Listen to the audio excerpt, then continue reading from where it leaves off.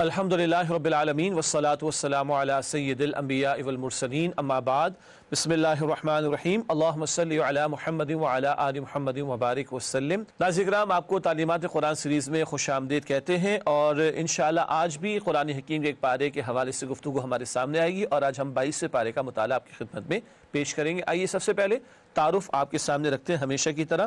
قرآن کریم کے پارہ نمبر 22 کا مطالعہ یہ آج ہمارے پیش نظر ہے اور سورۃ الاحزاب رکوع نمبر 5 تا سورہ یاسین رکوع نمبر 2 یہ مقامات ہیں جو 22 پارے میں شامل ہیں۔ اسی طرح سورۃ الاحزاب کی آیت نمبر 31 تا سورہ یاسین آیت نمبر 21 یہ وہ آیات ہیں جو اس 22 پارے میں شامل ہیں۔ ان کے حوالے سے گفتگو انشاءاللہ ہمارے سامنے آئے گی۔ تعارف کے بعد چلتے ہیں مقاصد مطالعہ کی طرف، جو باتیں ہمارے سامنے آئیں گی ان کے حوالے سے کچھ باتیں۔ پارہ نمبر 22 کی آیات کے مضامین کا جائزہ، یہ سورت کا ایک اوور ویو ہوتا ہے جو ہمارے سامنے آتا ہے مضامین کے اعتبار سے۔ پھر منتخب آیات کا مطالعہ، کچھ آیات کا انتخاب کر کے ان کا ترجمہ اور مختصر وضاحت آپ کی خدمت میں پیش کرتے ہیں اور ہمیشہ کی طرح آج بھی زیر مطالعہ آیات میں بیان شدہ اہم اوامر و نواہی کا ذکر ہوگا، یعنی 22 پارے کے حوالے سے جو احکامات ہیں، جو ڈوز ہیں، جو ڈونٹس ہیں، ان کا تذکرہ بھی آپ کے سامنے رکھیں گے انشاءاللہ تعالی۔ ناظرین کرام، آپ کو یاد ہوگا 21 پارے کے اختتام پر سورۃ الاحزاب کا آغاز ہوا تھا جس کی تکمیل 22 پارے میں ہوتی ہے۔ آئیے سورۃ الاحزاب کے مضامین کا تجزیہ پہلے آپ کے سامنے رکھتے ہیں، پھر آیات کا جائزہ بھی آپ کے سامنے پیش کریں گے۔ پہلی 3 آیات سورۃ الاحزاب کی احکامات شریعت پر استقامت کی تلقین، اللہ کا تقوی، اللہ پر توکل، اس حوالے سے رہنمائی تھی۔ پھر آیات 4 تا 6 احکام شریعت کا بیان، یعنی بیوی کو ماں کہہ دیا کر دیتے، ظہار کا مسئلہ، اس کا تذکرہ ہوا اور منہ بولے بیٹے کو حقیقی بیٹا سمجھتے تھے عرب کے لوگ، اس کی نفی کی گئی ہے۔ پھر آیات 7 تا 8 انبیاء سے عہد اور اس کا نتیجہ، آیات 9 تا 25 غزوہ احزاب پر بھرپور تبصرہ، یہ ذکر کچھ آ چکا ہے ہمارے سامنے۔ پھر آیات 26 تا 27 غزوہ بنو قریظہ پر اجمالی تبصرہ، یہ غزوہ بنو قریظہ 5 ہجری ہی میں غزوہ احزاب کے فوراً بعد پیش آیا تھا۔ آیات 28 تا 29 دنیا پرستی کی زوردار مذمت، اس کا ذکر ہے۔ آیات 30 تا 34 خواتین کے لیے اہم ہدایات اس مقام پر عطا کی گئی ہیں، گھریلو زندگی کے تعلق سے بھی آگے چل کر انشاءاللہ ان منتخب آیات کا مطالعہ بھی کریں گے۔ پھر آیات 35 سے 36 اللہ کے محبوب بندوں اور بندیوں کے اوصاف، یہ ذکر بھی آگے آئے گا انشاءاللہ۔ پھر آیات 37 سے 49 نبی اکرم صلی اللہ علیہ وسلم اور مؤمنوں کے لیے اہم ہدایات اس مقام پر آئی ہیں۔ پھر آیات 50 سے 52 نبی اکرم صلی اللہ علیہ وسلم کے لیے رعایتی احکام، یعنی اللہ کے رسول علیہ السلام کو 4 سے زائد نکاحوں کی اجازت مثلا اللہ سبحانہ وتعالی نے عطا فرمائی تھی، اس کا ذکر بھی ہے۔ آیات 53 تا 55 حکم حجاب ہے، آگے بات بھی کریں گے انشاءاللہ۔ آیات 56 تا 58 عظمت مصطفیٰ صلی اللہ علیہ وسلم کا بیان کہ اللہ بھی صلاۃ یعنی رحمت بھیجتا ہے نبی علیہ السلام پر، صلاۃ کے لغوی معنی رحمت کے بھی ہیں اور فرشتے بھی بھیجتے ہیں۔ آیت نمبر 59 چہرے کے پردے کا حکم، بعد میں تفصیلاً بات ہوگی۔ آیات 60 تا 68 گستاخان رسول صلی اللہ علیہ وسلم پر غیظ و غضب، اس کا تذکرہ ہے اللہ کی طرف سے۔ پھر آیات 69 تا 71 مؤمنوں کے لیے ہدایات عطا کی گئی ہیں اور پھر آیات 72 تا 73 انسانوں پر ایک امانت کی ذمہ داری اور ایک رائے ہے یہ خلافت کی ذمہ داری کی طرف بھی اشارہ ہے۔ ناظرین کرام، یہ تو تجزیہ تھا یا اوور ویو سورۃ الاحزاب کا۔ اب وہ آیات سورہ احزاب کی جو 22 پارے میں شامل ہے ان کا جائزہ، ہر آیت میں یا چند آیات میں کیا گفتگو آ رہی ہے، اس کو ہم مختصراً سمجھتے ہیں۔ آیات 32 سے 34 خواتین کے لیے ہدایات، نامحرم سے گفتگو ہو رہی ہو تو نرم لہجہ ایسا نہ اختیار کر دیا جائے کہ کسی کے دل میں کوئی برا خیال پیدا ہو جائے، احتیاط۔ اسی طرح گھر میں قرار پکڑنے کا تذکرہ آتا ہے، آگے چل کر بات بھی کریں گے انشاءاللہ۔ آیت نمبر 35 مردوں اور خواتین کے لیے 10 پسندیدہ اوصاف، مردوں کی بھی 10 صفات کا ذکر ہے، اسی طرح عورتوں کی بھی 10 صفات کا، اہل ایمان کی عورتوں کا اللہ سبحانہ وتعالی نے ذکر فرمایا۔ آیت نمبر 36 حقیقی مؤمن اور حقیقی مؤمنہ کا طرز عمل، جب اللہ اور اللہ کے رسول نے کوئی فیصلہ فرما دیا تو اب ہمارا اختیار ختم، اب اس کے سامنے اپنے آپ کو جھکا دینا۔ آیات 37 تا 39 منہ بولے بیٹے کی بیوی بہو نہیں ہے، کیونکہ منہ بولا بیٹا حقیقی بیٹا نہیں ہے تو اس کی بیوی کے ساتھ وہ جو بہو والے معاملات ہیں وہ اختیار نہیں ہو سکتے۔ پھر آیت نمبر 40 حضرت محمد صلی اللہ علیہ وسلم آخری نبی ہیں، ختم نبوت کا اعلان اور تذکرہ اس مقام پر۔ پھر آیات 41 سے 44 اللہ کا خوب ذکر کرو، صبح و شام اللہ کے ذکر کی تلقین۔ آیات 45 سے 46 نبی اکرم صلی اللہ علیہ وسلم کی خصوصی شان، آپ کے فرائض اور آپ کی 5 خصوصی شانوں کا تذکرہ ہے، بعد میں آیات پر بات کریں گے انشاءاللہ۔ آیات 47 سے 48 نبی اکرم صلی اللہ علیہ وسلم کا معاملہ بندوں کے ساتھ آپ کے رویوں کے تعلق سے گفتگو ہے۔ پھر آیت نمبر 49 رخصتی سے پہلے طلاق کے بارے میں حکم، اس کا ذکر آگے بھی کر دیں گے انشاءاللہ تعالی کہ رخصتی ہونے سے قبل اگر طلاق دے دی گئی ہے تو اس صورت میں عدت نہیں ہوا کرتی۔ آیات 50 تا 52 نبی اکرم صلی اللہ علیہ وسلم کے لیے خصوصی معاشرتی احکامات، اور اس میں آپ علیہ السلام کو اللہ سبحانہ وتعالی نے کچھ رعایتیں بھی عطا فرمائی، اشارہ پہلے بھی ہوا تھا۔ آیات 53 تا 54 پردے کا حکم ہے اس مقام پر، اور حجاب کا لفظ اسی مقام پر آیا، بعد میں بات کریں گے انشاءاللہ۔ آیت نمبر 55 محرم مردوں سے پردہ نہیں ہے، نہ محرم کے سامنے زیادہ اہتمام ہے پردے کا ایک خاتون کے لیے محرم کے مقابلے میں۔ آیت نمبر 56 عظمت نبی مکرم صلی اللہ علیہ وسلم، صلاۃ و سلام ان پر پیش کرنے کا حکم بھی اسی مقام پر آیا ہے۔ آیات 57 تا 58 گستاخان رسول صلی اللہ علیہ وسلم پر اللہ لعنت فرماتا ہے۔ پھر آیت نمبر 59 چہرے کے پردے کا حکم، اس آیت پر بھی بعد میں گفتگو ہوگی انشاءاللہ۔ آیات 60 تا 62 گستاخان رسول صلی اللہ علیہ وسلم کی سزا موت ہے، یہ اشارہ اس مقام پر آیا ہے۔ آیات 63 تا 68 یہاں 2 مضامین آ رہے ہیں، صرف اللہ ہی جانتا ہے کہ قیامت کب آئے گی، اور دنیا دار قائدین کی پیروی کا برا انجام کیا کچھ آخرت میں ہونے والا ہے، ان کے ساتھ اس کا ذکر بھی ہے۔ آیت نمبر 69 اللہ کے رسول صلی اللہ علیہ وسلم کو ایذا دینے کی ممانعت، یعنی تکلیف پہنچانا، اس سے روکا گیا۔ آیت نمبر 70 تا 71 زبان کی حفاظت سے کئی سعادتیں حاصل ہوتی ہیں، اللہ گناہوں کو بھی معاف فرما دے گا اور اللہ اعمال کی اصلاح بھی فرما دے گا، اللہ غفور بھی ہے، اللہ رحیم بھی ہے۔ آیات 72 تا 73 انسانوں پر ایک امانت کی ذمہ داری، اور ایک رائے ہے کہ یہ خلافت کی ذمہ داری جو بندوں کو دی گئی ہے اس کی طرف بھی اشارہ ہے، واللہ اعلم۔ ناظرین کرام الحمدللہ سورۃ الاحزاب کی وہ آیات جو 22 پارے میں شامل ہیں ان کا ایک جائزہ آپ کی خدمت میں پیش کیا گیا۔ اب سورۃ الاحزاب کی چند منتخب آیات کا مطالعہ آپ کے سامنے رکھیں گے۔ سب سے پہلے جس آیت کا انتخاب کیا گیا بالکل 22 پارے کے آغاز میں یہ آیت ہے، سورہ احزاب کی آیت نمبر 32 نامحرم سے گفتگو میں احتیاط۔ ارشاد ہوا یا نساء النبی لستن کاحد من النساء ان اتقیتن فلا تخضعن بالقول فیطمع الذی فی قلبہ مرض وقلن قولا معروفا۔ ترجمہ، اے نبی کی بیویوں، تم عام عورتوں کی طرح نہیں ہو، اگر تم اللہ سے ڈرنے والی ہو تو کسی نامحرم سے نرم لہجے سے بات نہ کیا کرو، مبادا دل کی خرابی میں مبتلا کوئی شخص کوئی برا خیال کرے، اور معروف طریقے سے بات کیا کرو۔ ناظرین کرام نوٹ فرمائیے گا، اس مقام پر نبی پاک صلی اللہ علیہ وسلم کی ازواج مطہرات سے اولاً خطاب ہو رہا ہے، البتہ یاد رہے یہ ہدایات امت کی عورتوں کے لیے بھی ہیں۔ اس کائنات میں پاکیزہ ترین گھرانہ تو رسول اللہ کا صلی اللہ علیہ وسلم، اور عفت اور پاکیزگی کی انتہا پر جو خواتین تھی وہ ازواج مطہرات تھیں، ان کو خطاب کر کے امت کی عورتوں کو توجہ دلائی جا رہی ہے۔ کیا؟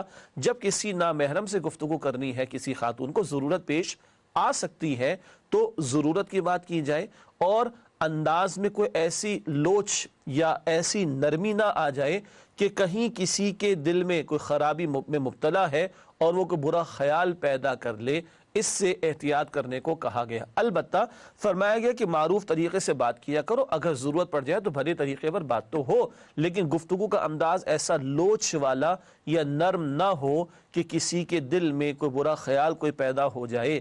یہ امت کی خواتین کے لیے رہنمائی نبی مکرم علیہ السلام کے گھرانے سے آ رہی ہے۔ ایک اور نقطہ یاد رکھنا چاہیے، رسول اللہ علیہ السلام کا اسوہ بہترین ہے، مشہور آیت ہم پڑھ چکے الاحزاب کی آیت نمبر 21، لیکن رسول اکرم علیہ السلام مرد تھے، امت کی عورتوں کے لیے اسوہ حسنہ کی تکمیل ازواج مطہرات کے ذریعے ہوتی ہے، اور ان کا تذکرہ فرما کر، ان سے خطاب فرما کر امت کی عورتوں کو تعلیم دی جا رہی، جیسے کئی مرتبہ قرآن میں نبی اکرم علیہ السلام سے خطاب ہوتا ہے اور امت کو تعلیم ہوتی ہے، یہاں خطاب نبی علیہ السلام کے ازواج مطہرات سے ہے اولاً، اور امت کی عورتوں کو تعلیم دی جا رہی ہے۔ اگلی آیت کی طرف چلتے ہیں۔ اگلی آیت الاحزاب کی آیت نمبر 33، عورتوں کا اصل دائرہ کار، ارشاد ہوا وَقَرْنَ فِي بُيُوتِكُنَّ وَلَا تَبَرَّجْنَ تَبَرُّجَ الْجَاهِلِيَّةِ الْأُولَى۔ ترجمہ، اور اپنے گھروں میں وقار کے ساتھ رہو اور پہلی جاہلیت کی طرح سج دھج نہ دکھاتی پھرو۔ یہ آیت نمبر 33 کے ایک حصے کا ترجمہ ہے۔ عورت کے اصل مقام کا ذکر ہے، اس کا اصل مقام اس کا گھر ہے۔ ہاں ضرورت ہوگی، ضرورت پیش بھی آتی ہے، وہ ضرورت کے تحت گھر سے باہر بھی جا سکتی ہے، حجاب کا لحاظ رکھنا ہوگا، اس پر ہم بعد میں بات کریں گے، لیکن اصلاً اولاً اہم ترین ذمہ داری عورت کی گھر پر ہے۔ اور حدیث میں بھی کہ عورت اپنے رب کے زیادہ قریب اس وقت ہوتی ہے جب وہ گھر میں ہوا کرتی ہے۔ اور بتایا جا رہا ہے کہ پہلی جاہلیت کی طرح سج دھج کر نہ دکھاتے پھرو اور بن سور کر نہ نکلو۔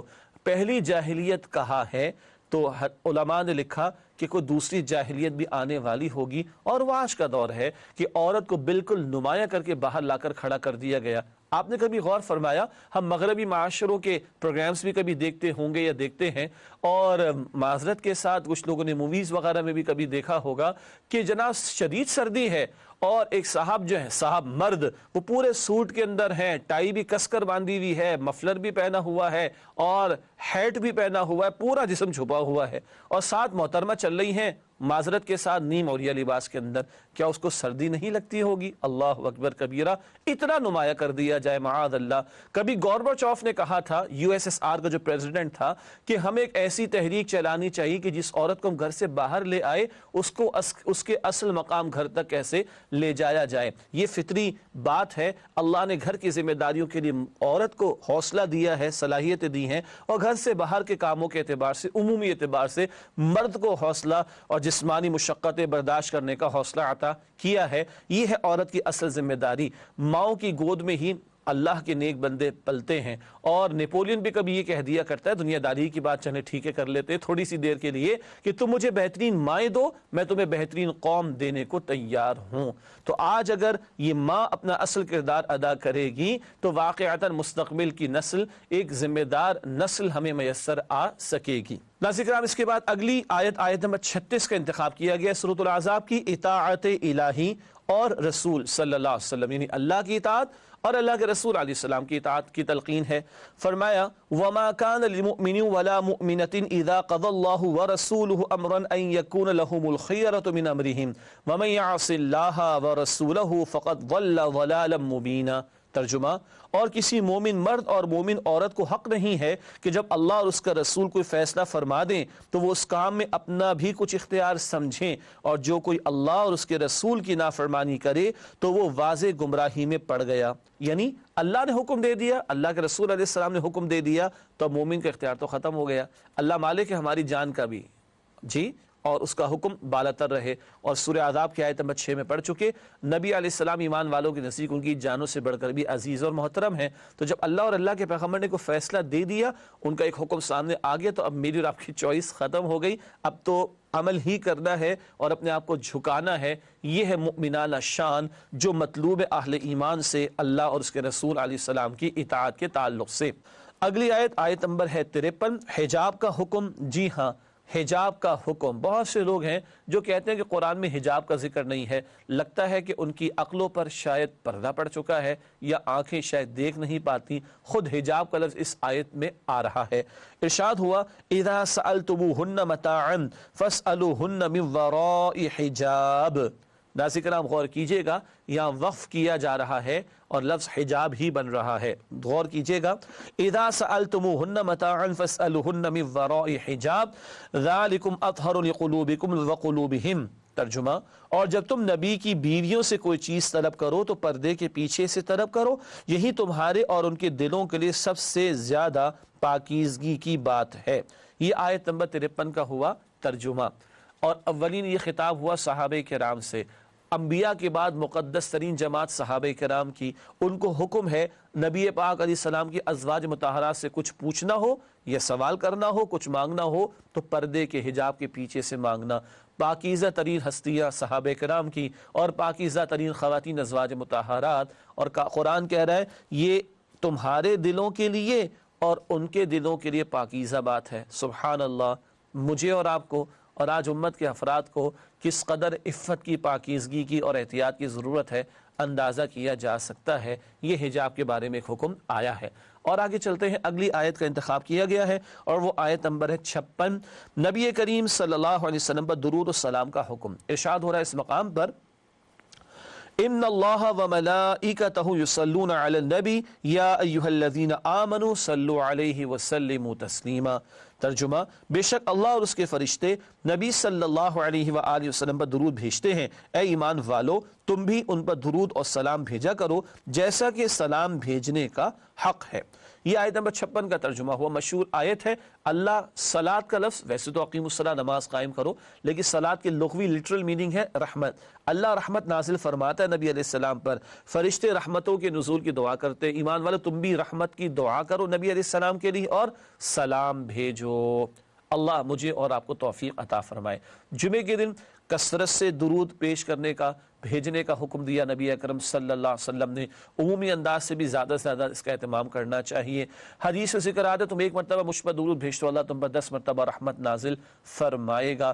دعا کی قبولیت کے لیے بھی اس کے شروع میں اور آخر میں درود شریف کے اہتمام کی تلقین کی گئی، اور ایک صحابی کو اللہ کے پیغمبر علیہ السلام نے یہاں تک فرمایا کہ تم دعا میں صرف درود ہی پڑھتے رہو تو اللہ تمہارے لیے کافی ہو جائے گا، تمہاری دعاؤں کو قبول فرما لے گا۔ اور ناظرین کرام، اللہ کے بعد ہم پر سب سے بڑے احسانات نبی اکرم صلی اللہ علیہ وسلم کے ہیں، اور ہمارے پاس سے کچھ نہیں کہ ہم پیش کر سکیں سوائے اس کے کہ وہ اللہ جس نے نبی مکرم علیہ السلام کو بھی پیدا فرمایا، اسی اللہ سے التجا کریں، اللہ تو ہی رحمت نازل فرما اپنے حبیب پر صلی اللہ علیہ وسلم، اور تو ہی سلامتی نازل فرما اور برکت عطا فرما اپنے حبیب مکرم صلی اللہ علیہ وآلہ وسلم کو۔ اس کے بعد اگلی آیت ہے آیت نمبر 59، یہاں بھی حجاب کا حکم، اس کا تذکرہ آ رہا ہے۔ آئیے مطالعہ کرتے ہیں۔ ارشاد ہوا، یا ایھا النبی قل لازواجک وبناتک ونساء المؤمنین یدنین علیہن من جلابیبہن ذلک ادنی ان یعرفن فلا یؤذین وکان اللہ غفورا رحیما۔ ترجمہ، اے نبی صلی اللہ علیہ وآلہ وسلم اپنی بیویوں اور بیٹیوں اور مسلمانوں کی عورتوں سے کہہ دیجئے کہ وہ باہر نکلا کریں تو اپنے اوپر سے چادروں کا پلو لٹکا لیا کریں، یہ زیادہ مناسب ہے تاکہ وہ پہچان لی جائیں اور انہیں ستایا نہ جائے، اور اللہ بخشنے والا مہربان ہے۔ یہ آیت بھی پردے کے حکم کے حوالے سے بڑی قیمتی ہے۔ ناظرین کرام، آپ کو یاد ہوگا سورہ نور آیت 31 میں خمرہن، خمر کا لفظ تھا چادر، اور یہ وہ چادر ہے کہ جو گھر میں خاتون استعمال کرے گی، بڑا دوپٹہ یا مناسب چادر جسے کہا جا سکتا ہے۔ محرم کے سامنے آئے خاتون تو چہرہ کھلا رکھ سکتی ہے، ہاتھ اور پیر کے پنجے کھلے رکھ سکتی ہے، لیکن باپ بھی سامنے آ جائے، بیٹا جو کہ محرم ہے سر کو ڈھانپے اور اپنی اس چادر کو، دوپٹے کو اپنے سینے پر ڈالے، کفایت کر جائے گا۔ لیکن جب نامحرم سامنے آ جائے یا گھر سے باہر نکلنا ہو تو لازمی سی بات ہے کہ محرم کے مقابلے میں نامحرم سے زیادہ احتیاط کرنی ہے، زیادہ پردے کا اہتمام کرنا ہے، اس کا بیان اس مقام پر آ رہا ہے۔ بعض لوگوں کا خیال ہے پردے کے احکامات نبی صلی اللہ علیہ وسلم کی بیویوں کے لیے فقط ہے۔ عجیب بات ہے، یہ آیت تو کہہ رہی ہے اے نبی اپنی بیویوں سے کہہ دیجئے اور اپنی بیٹیوں سے کہہ دیجئے اور ایمان والوں کی عورتوں سے کہہ دیجئے۔ یہاں سے یہ بھی پتہ چلا کہ رسول اللہ علیہ السلام کی ایک سے زائد بیٹیاں تھیں۔ بعض لوگوں کو گمان ہے کہ رسول اللہ کی ایک ہی بیٹی تھی، یہ بات درست نہیں ہے۔ بنات کا لفظ ہے، جمع کا صیغہ ہے، پلورل کی بات آ رہی ہے، اور عربک میں جمع کا صیغہ کم از کم 3 کے لیے آتا ہے۔ ویسے آپ اور میں جانتے ہیں کہ رسول اللہ علیہ السلام کی 4 بیٹیاں تھیں، بی بی فاطمہ، بی بی زینب، بی بی رقیہ اور ام کلثوم رضی اللہ تعالی عنہن اجمعین۔ تو اپنی بیویوں سے کہہ دیجئے، بیٹیوں سے کہہ دیجئے، اور ایمان والوں کی عورتوں سے۔ ایمان والوں کی عورتوں کو بھی حکم دیا جا رہا ہے۔ کچھ لوگوں کا خیال ہے کہ اسے پردے کا حکم نبی علیہ السلام کی بیویوں کے لیے، یہ بات بھی درست نہیں ہے، قرآن میں صاف بات لکھی ہوئی ہے۔ مزید فرمایا کہ یدنین علیہن من جلابیبہن، جلابیب جلباب کی جمع ہے، بڑی چادر۔ حضرت عبداللہ بن عباس رضی اللہ تعالی عنہ صحابہ کرام میں امام تفسیر کے، انہوں نے اس کا ڈیمونسٹریشن کر کے دکھایا اپنے شاگردوں کو، اور ایک بڑی چادر لے کے پورا جسم چھپا کر دکھایا، چہرہ بھی چھپایا، ایک رائے کے مطابق ایک آنکھ اور ایک رائے کے مطابق دونوں آنکھوں کو کھلا رکھا، باقی بتایا کہ پورا جسم چھپانا یہ ہے جو بڑی چادر جس سے مقصد پورا ہوگا۔ آج اس کو کوئی خاتون ہماری بہن حجاب کے لیے وہ عبایا استعمال کرے، برقع استعمال کرے، کوٹ استعمال کرے، بڑی چادر استعمال کرے، مگر اس میں چہرے کو بھی چھپانا ہے۔ یدنین علیہن من جلابیبہن، اپنے اوپر سے چادروں کا پلو لٹکا لیا کرے۔ وہ کیا ہے؟ وہ یہ ہے جس طرح پہلے دلہن کا گھونگٹ ہوا کرتا تھا تو ختم ہی ہو چکا ہے، یہ اوپر سے لٹکانا۔ ظاہر بات ہے کسی خاتون کا اوپر یہ بازوؤں سے شروع تو نہیں ہوتا، سر سے شروع ہوگا نا، تو اوپر سے لٹکانے کا مطلب یہ چہرے کو بھی چھپایا جائے گا، اور ظاہری بات ہے بقول سید ابو الاعلیٰ مودودی رحمۃ اللہ علیہ کے ایک گھر ہو، اس کی کھڑکیوں کو، دروازوں کو، کونے خدروں کو سب کو آپ بند کر دیں اور مین گیٹ کھلا چھوڑ دیں تو کیا گھر کی حفاظت ہوگی؟ قطعاً نہیں۔ عورت کے وجود میں سب سے زیادہ شے جو اٹریکشن کا باعث ہے کسی مرد کے لیے اس کا چہرہ ہے، تو لا محالہ اس کو بھی چھپانے کی تلقین ہے۔ یہ امت کی عظیم اکثریت اور علماء کی عظیم اکثریت اور مفسرین کی عظیم اکثریت کی رائے ہے۔ اللہ ہماری بیٹیوں اور بہنوں کو فاطمہ الزہرا کی حیا اختیار کرنے اور ان کا لباس اختیار کرنے، عائشہ صدیقہ رضی اللہ تعالی عنہا کی حیا اختیار کرنے اور ان کا لباس اختیار کرنے کی توفیق عطا فرمائے۔ نسألك يا من هو الله الذي سورۃ الاحزاب کے حوالے سے گفتگو کسی درجے میں مکمل ہوئی۔ اب آغاز کرنا چاہیں گے سورہ سبا کا، البتہ ہمیشہ کی طرح ربط سورت پہلے پیش کریں گے اور پھر نئی سورت کا آغاز ہوگا۔ سورۃ الاحزاب کے بعد سورہ سبا کا آغاز ہوا چاہتا ہے۔ آئیے ان دونوں کے درمیان جو ربط سورت ہے اس کے حوالے سے دو باتیں سمجھتے ہیں۔ پہلی بات، سورۃ الاحزاب میں نبی کریم صلی اللہ علیہ وسلم کے خاتم النبیین ہونے کا ذکر تھا۔ سورہ سبا میں آپ کے بشیر و نذیر ہونے کا بیان ہے۔ وہاں آپ کی ختم نبوت کی طرف ذکر ہے، اشارہ ہے، تو یہاں آپ کے بشیر اور نذیر ہونے والی ذمہ داری کو اللہ سبحانہ وتعالی نے نمایاں فرمایا آیت نمبر 28 میں۔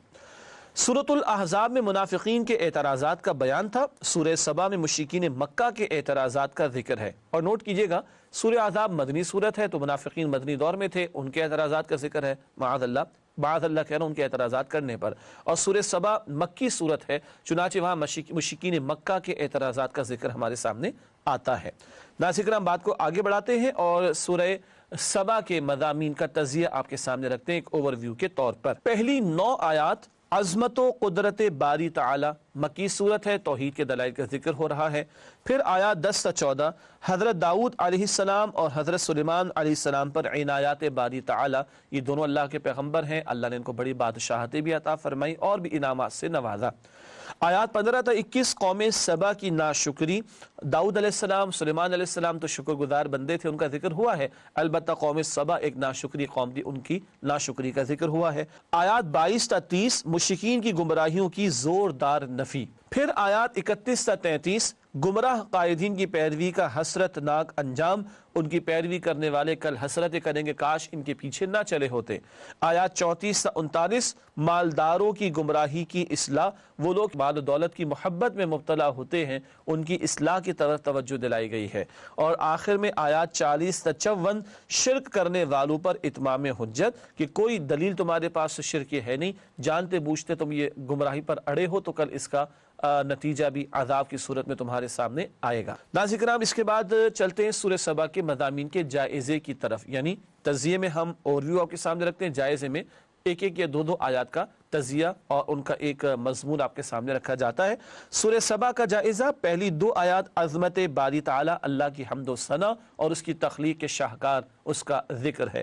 آیات 3 تا 6 ظہور قیامت، قدرت باری تعالی کا مظہر، جس اللہ نے زمین و آسمان کو پیدا کیا اس کے لیے قیامت کو برپا کرنا اور بندوں کو دوبارہ زندگی عطا کرنا کوئی مشکل کام نہیں ہے۔ آیات 7 تا 9 آخرت کا انکار کرنے والوں کے لیے دھمکی۔ آیات 10 سے 11 حضرت داؤد علیہ السلام پر اللہ کا فضل، ان کے ہاتھ پر اللہ نے لوہے کو نرم کر دیا تھا، اور ہاں حدیث میں ذکر آتا ہے کہ داؤد علیہ السلام ہاتھوں سے کماتے تھے، رزق حلال کا اہتمام فرماتے تھے۔ آیات 12 تا 13 حضرت سلیمان علیہ السلام پر اللہ کی عنایات، بڑی بادشاہت عطا فرمائی، ہوا پر بھی حکمرانی عطا فرمائی، سبحان اللہ، جنات پر بھی کنٹرول عطا فرمایا، اللہ اکبر، یہ عنایات کا ذکر ہوا ہے۔ آیت نمبر 14 حضرت سلیمان علیہ السلام کے وصال کا دلچسپ واقعہ، بیت المقدس کی تعمیر کا انہوں نے حکم دیا تھا اور ایک وہ کرسی پر ٹیک لگائے بیٹھے تھے، اسی کیفیت میں ان کے وصال کا معاملہ ہوا، لیکن کافی عرصے کے بعد ان کا جو جسم تھا وہ زمین کی طرف گیا۔ جنات کو تو بعد میں پتہ چلا، وہ جنات جن کے بارے میں لوگ سمجھتے تھے یہ غیب کے جاننے والے ہیں، وہ جنات بھی کہنے لگے اگر ہمیں پہلے پتہ چلتا تو اتنا لمبا ہمیں کام کرنے کی نوبت نہ آتی۔ اس میں بڑی حکایت ہے، بڑی حکمت ہے، بڑی تفصیل ہے، مگر موقع ابھی نہیں بیان کا۔ آیات 15 تا 19 ناشکری کا انجام، اللہ سبحانہ وتعالی نے قوم سبا کا ذکر کیا کہ اللہ نے بڑی زراعت دی تھی، بڑی کھیتی دی تھی، لیکن جب نافرمانی کی تو اللہ نے ان کے کھیت ان سے واپس لے لیے اور جھاڑیاں پیدا ہو گئیں اور بدمزہ قسم کے میوے ان کے ہاں پیدا ہونے لگے۔ آیات 20 تا 21 ابلیس کی بات صحیح ثابت ہوئی، اس سے کبھی کہا تھا سورہ الاعراف میں ذکر آتا ہے کہ اکثر لوگ ناشکری پر اڑ جائیں گے. اللہ تعالیٰ کہہ رہے ہیں کہ ہاں اس کی بات ثابت ہو گئی. اللہ تعالیٰ ہمیں محفوظ رکھے. مگر یہ وہ لوگ ہیں جنہوں نے خود شیطان کے راستے کو اختیار کیا، ورنہ جو اللہ کے بندے بن کر رہے وہ شکر گزاروں میں شامل ہوتے اور وہ اللہ کے مقرب ہوتے ہیں، اور شیطان سے اللہ ان کی حفاظت فرماتا ہے. آیات 22 تا 23، کیا فرشتے انسانوں کے کام آ سکتے ہیں؟ قطعا نہیں، فرشتے بھی اللہ کی مخلوق، اللہ کے حکم کے پابند ہیں. آیات 24 تا 27، معبود وہ ہے جو رزق دیتا ہے، جب رازق اللہ ہے تو عبادت بھی اسی کی جائے گی. آیت نمبر 28، نبی کریم صلی اللہ علیہ وسلم تمام انسانوں کی طرف رسول ہیں. وما ارسلناک الا کافۃ للناس بشیرا ونذیرا، اے نبی علیہ السلام ہم نے آپ کو تمام انسانوں کے لیے بشیر اور نذیر بنا کر بھیجا. آیات 29 تا 30، عذاب کا وعدہ کب پورا ہوگا؟ یہ ہر درمی پر اڑے ہوئے کفار کہتے تھے کب آئے گا عذاب، کب آئے گا عذاب. بتایا جا رہا ہے عذاب اپنے معین وقت پر آئے گا، تو مہلت سے فائدہ اٹھا کر اپنی آخرت کو سنوارنے کی کوشش کر لو. آیات 31 تا 33، دنیا دار قائدین کی پیروی کا انجام، اندھے بہرے بن کر لوگوں کے پیچھے چل پڑے اور پھر گمراہ ہو گئے، اور کل حسرت کریں گے اللہ ایک موقع اور عطا فرما دے دنیا میں جانے کا، مگر کوئی فائدہ نہ ہوگا. ہم بھی دیکھ لیں کس کو آج ہم نے اپنا قائد اور رہنما اور بڑا اور لیڈر بنایا ہوا ہے، گمراہ قسم کے لوگوں کو یا اللہ کے نیک بندوں کو. آیات 34 تا 39، اللہ کی قربت مال و اولاد سے نہیں نیک اعمال سے ملتی ہیں. یہ بات آگے بھی بیان کی جائے گی. اللہ کے ہاں مال کی بنیاد پر کسی کی حیثیت نہیں، بلکہ نیک اعمال اور نیکیاں ہیں جو کام آنے والی ہیں. آیات 40 تا 42، مشرکین شیطانوں کی عبادت کرتے ہیں. اللہ اکبر، اللہ کو چھوڑ کر کسی اور کی ماننا، کسی اور کے پیچھے لگنا، یہ اس کی عبادت ہے. اور شیطان کی عبادت یہ نہیں کہ معاذ اللہ کسی نے رکوع سجدہ کیا ہو، اس کو شیطان کی بات ماننا یہ شیطان کی عبادت قرار دی جا رہا ہے. تو دیکھنے کی ضرورت ہے ہم اتھارٹی اللہ کو مانتے ہیں کسی اور کو.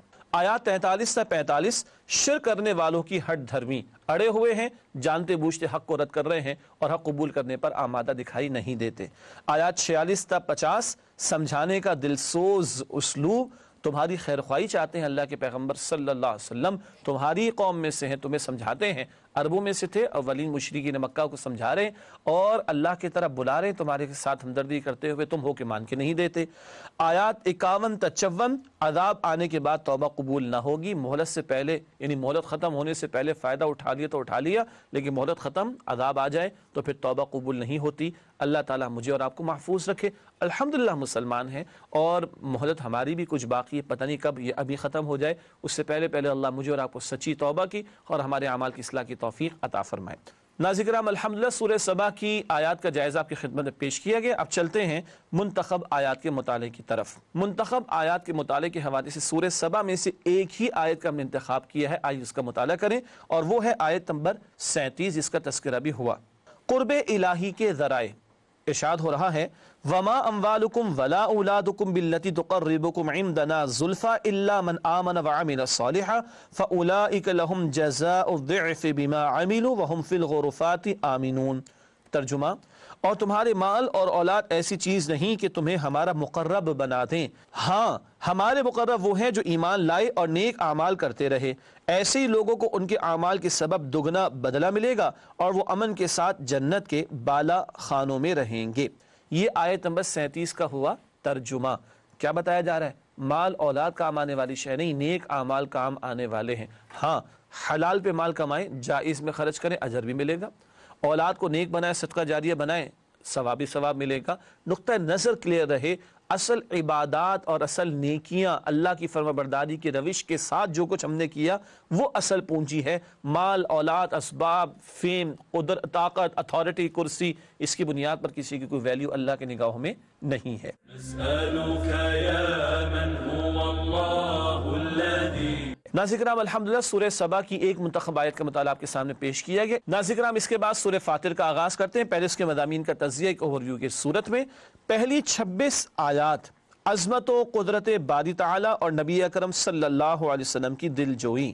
اللہ تعالیٰ کے رسول کی دل جوئی کس تعلق سے؟ مشرکین مخالفت کر رہے ہیں، حق کا انکار کر رہے ہیں، رائے حق میں روڑے اٹکانے کی کوششیں کر رہے ہیں. اللہ نبی اکرم علیہ السلام اور آپ کے ذریعہ اہل ایمان کو تسلی عطا فرما رہے ہیں. آیات 27 سے 31، اللہ کے مادی اور روحانی احسانات، جسم کی حاجات کو پورا کرنے کے لیے بھی اس نے زمین و آسمان کو سجایا، اور بندوں کی روحانی حاجات کو پورا کرنے کے لیے پیغمبروں کا سلسلہ بھی قائم کیا اور ہدایت کا سامان بھی کیا۔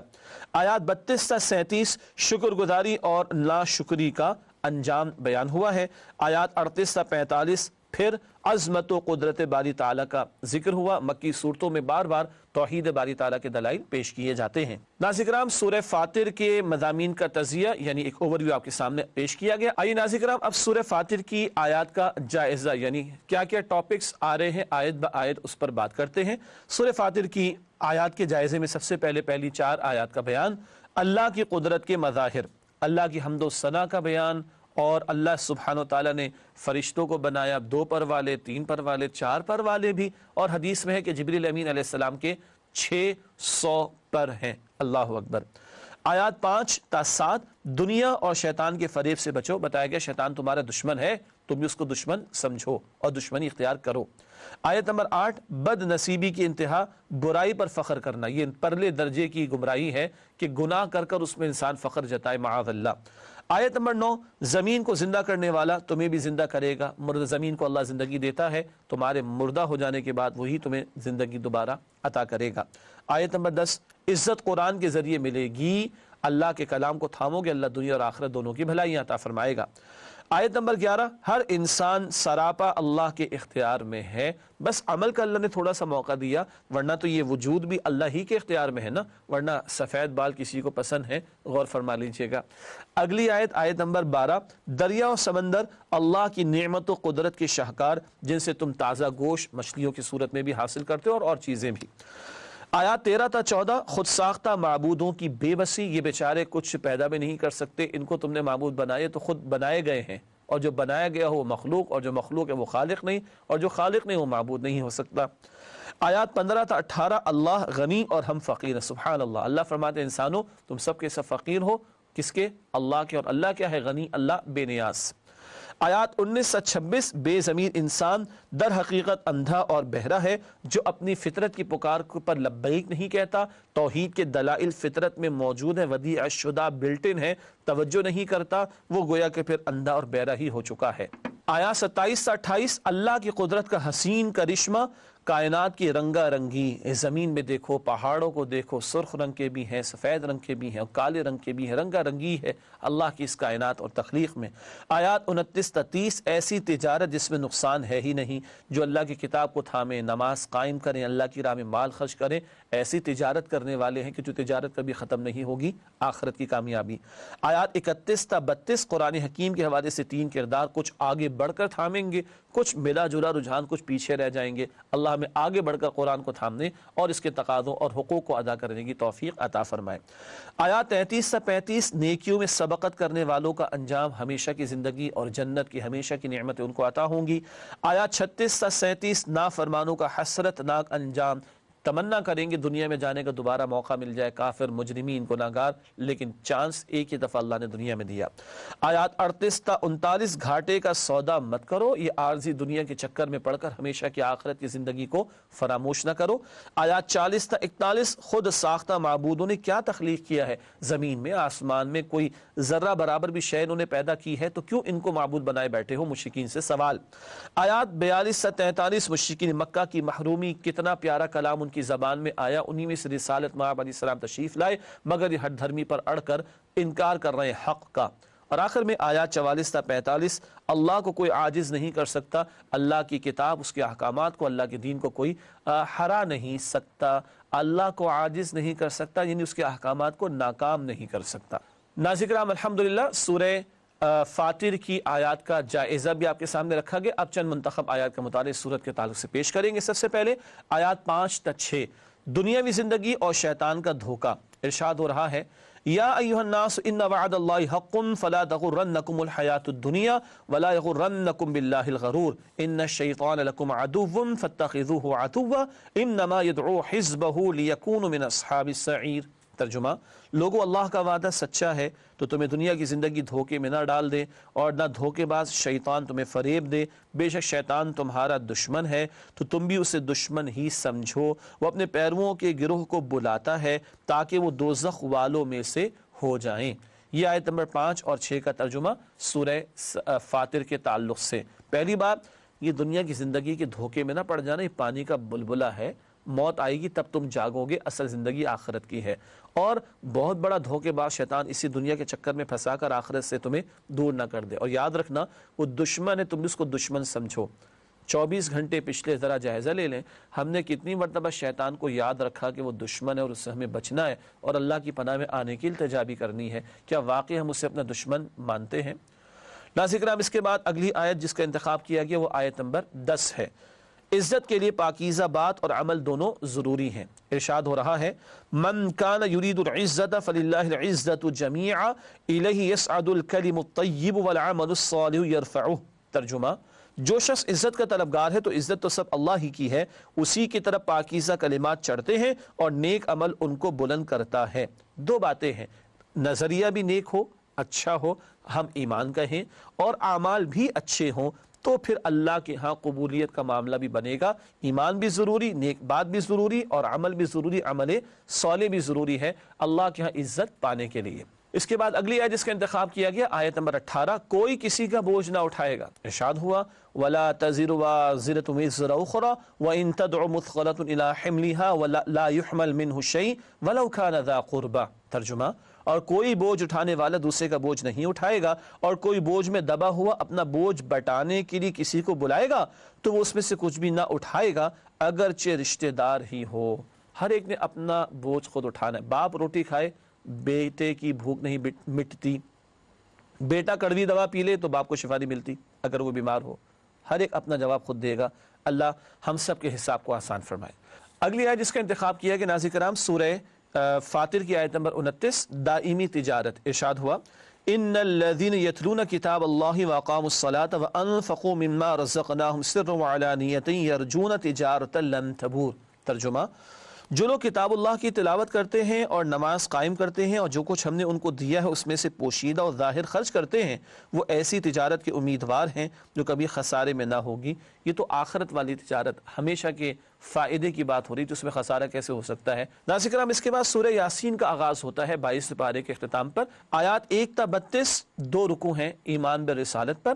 آیات 33 تا 50 ایک رکوع ہے توحید باری تعالیٰ کے موضوع پر، اور آیات 51 تا 83 پھر دو رکوع ہیں ایمان بالآخرت کے حوالے سے۔ گویا یہ تینوں ایمانیات کا بیان سورہ یاسین میں ہمارے سامنے آتا ہے۔ اس کے بعد ناظرین کرام سورہ یاسین کی آیات کا جائزہ، یعنی وہ آیات جو 22 پارے میں سورہ یاسین کی شامل ہے، ان کا ایک جائزہ آپ کے سامنے رکھیں گے۔ پہلی 6 آیات، حکمت بھرا قرآن آپ صلی اللہ علیہ وسلم کی رسالت پر گواہ ہے۔ قسم کھا کر اللہ نے آپ صلی اللہ علیہ وسلم کی رسالت کی گواہی دی ہے۔ آیات 7 تا 10 مشرکین مکہ ایمان نہیں لائیں گے، جانتے بوجھتے اڑے ہوئے ہیں، اس کا ذکر ہے۔ آیات 11 تا 12 ہدایت کس سے ملتی ہے؟ جس کے دل میں طلب اور تڑپ ہو، جو اللہ سے ڈرتا ہو بن دیکھے۔ آیات 13 تا 19 ماضی کی سبق آموز داستان، پچھلی امت کا ایک واقعہ بیان ہوا ہے۔ آیات 20 تا 25 ایک مرد مومن کا اعلان حق، دو رسولوں کا انکار جب لوگوں نے کیا تو ایک بندہ مومن جو ایمان لا چکا تھا وہ ان کی حمایت میں کھڑا ہوا اور قوم کو سمجھانے لگا۔ آیات 26 تا 29 شہید براہ راست جنت میں جاتا ہے، اس بندہ مومن کو قتل یعنی شہید کر دیا گیا تھا۔ یہ بات 23 پارے کے آغاز پر ہے۔ اور آیات 30 تا 32 افسوس ہے انسانوں کی اکثریت پر، پیغمبر آتے رہے سمجھاتے رہے مگر انہوں نے مان کر نہ دی۔ ناظرین کرام، اس کے بعد ایک ہی آیت کا ہم نے انتخاب کیا ہے مطالعہ جو ہم آپ کے سامنے رکھتے ہیں منتخب آیات کا، اور وہ آیت نمبر 12 ہے سورہ یاسین کی۔ آئیے اس کا مطالعہ کرتے ہیں۔ اعمال اور ان کے اثرات بھی لکھے جاتے ہیں۔ ارشاد ہو رہا ہے، اِنَّا نَحْنُ نُحْيِي الْمَوْتَى وَنَكْتُبُ مَا قَدَّمُوا وَآثَارَهُمْ وَكُلَّ شَيْءٍ أَحْصَيْنَاهُ فِي إِمَامٍ مُبِينٍ۔ ترجمہ، بے شک ہم مردوں کو زندہ کریں گے اور ہم لکھ لیتے ہیں جو کچھ وہ اعمال آگے بھیجتے ہیں اور جو وہ پیچھے چھوڑ جاتے ہیں، اور ہم نے ہر چیز کو ایک واضح کتاب میں لکھ رکھا ہے۔ اعمال بھی لکھے جا رہے ہیں، ان کے اثرات بھی۔ صدقہ جاریہ ہوتا ہے، بعد میں بھی اجر ملتا ہے۔ اللہ معاف رکھے، کوئی گناہ جاریہ بھی ہو سکتا ہے، وہ بھی لکھا جاتا ہے۔ اللہ ہمیں گناہوں سے، گناہ جاریہ سے بچائے اور ہمیں نیکیوں اور صدقہ جاریہ کی توفیق عطا فرمائے۔ ناظرین کرام، پروگرام کے آخر میں ہمیشہ کی طرح ایک فرمان نبوی صلی اللہ علیہ وسلم پیش خدمت ہے۔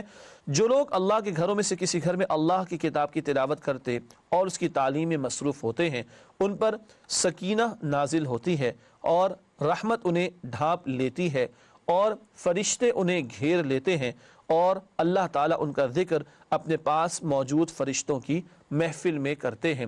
صحیح مسلم کی یہ روایت ہے۔ ناظرین کرام، اسی کے ساتھ پروگرام کا وقت ہوا مکمل، آپ سے چاہیں گے اجازت۔ وآخر دعوانا الحمدللہ رب العالمین، والسلام علیکم ورحمۃ اللہ وبرکاتہ۔ نسألك يا من هو الله الذي